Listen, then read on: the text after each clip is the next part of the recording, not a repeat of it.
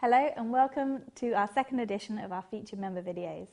Joining me today is the Group Pensions Manager for Wincanton. He's a TPAS advisor and a prolific blogger.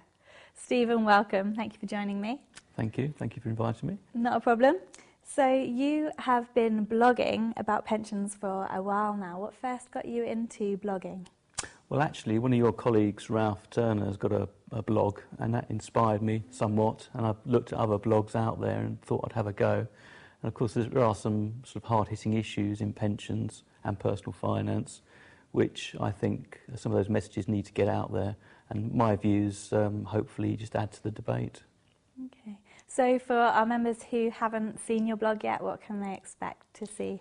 Well, some quite varied articles that I've written on things like investment issues, such as fiduciary management was one of my most popular blogs. I also have done a lot on personal finance issues, personal pensions, and also legacy high charges is one issue that's quite close to my heart. I've seen a lot of friends and relatives in the past had money basically skimmed off their personal pensions to quite a high degree, so I've been trying to campaign to have those legacy charges reduced. Okay. So I know you have an interest in personal finance. What are you passionate about? Well, it's transparency, really. I think, consumers need to be able to make informed decisions, and they need to have the facts in a clear and concise way, similar to the small box on credit card statements, which gives you the key features. I think in the past, things have been hidden in small print. Charges have been excessive and mysterious, things like capital units, accumulation units, bid offer spreads, annual management charges, monthly charges indexed to national average earnings. All of this is Greek to the average person in the street, so I think it needs a lot more simplification, and with technology available today, costs have come down quite dramatically, so I think consumers need to get a better deal, basically. Yeah. So you've been at Wincanton for 7 years now, and you've had quite a varied career. Tell us a little more about that. Okay, well, I started off as a salesman, door-to-door salesman, in fact, selling carpet cleaning, believe it or not, when I was a student. I had a market stall at Kingston upon Thames once when I was a student as well. I read economics at Kingston Poly. I got into pensions by mistake. It's actually the Occupational Pensions Board in Thamesden, where I lived. And I then moved over to the Inland Revenue, I'm afraid, and joined what was called then the Superannuation Funds Office, which became the Pension Schemes Office, and got moved to Nottingham. I then basically joined an occupational scheme at the Milk Marketing Board, and I've had various jobs culminating in my current role at Wincanton. Okay. Wincanton has quite a sizable scheme. Tell us about that and the challenges that you face with auto-enrolment coming in. Yes, well, like a lot of large employers, we have got quite a few people that aren't in the scheme at the moment. We have a lot of guest workers from Eastern Europe. We have people that are quite transient. So we've only got about 5,500, 6,000 members out of a workforce of about 16,000. So it's quite a challenge to engage with those non-members and educate them about pensions and educate them about the great deal that they can look forward to with extra contributions from the employer and help from the taxman. So, it's a responsibility that we've all got to save. State pension's only going to give us a foundation level.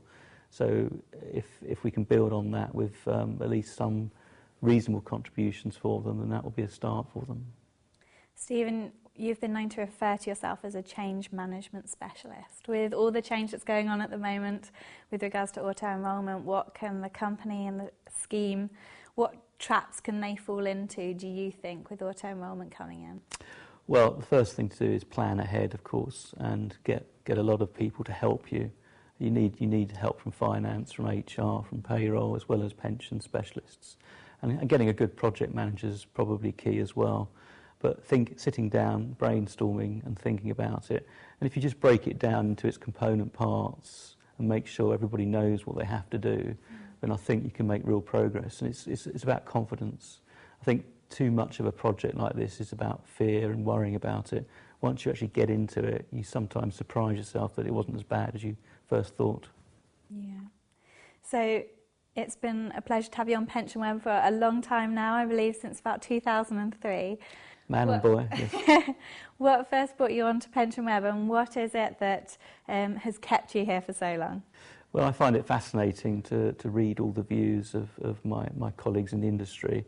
I also think we've got a really good bunch of people on there, and it's very well organised by yourselves, of course. Thank you. I think I got into it originally probably through maybe the pension show or something similar to that, probably at a conference certainly, and I joined originally. It was a free offer at the time, and I found it very useful, sharing resources and sharing ideas, and something that you've come across perhaps for the first time. There's almost certainly a chance that somebody else on the Pension Web community has dealt with it before or has got some useful insights for you.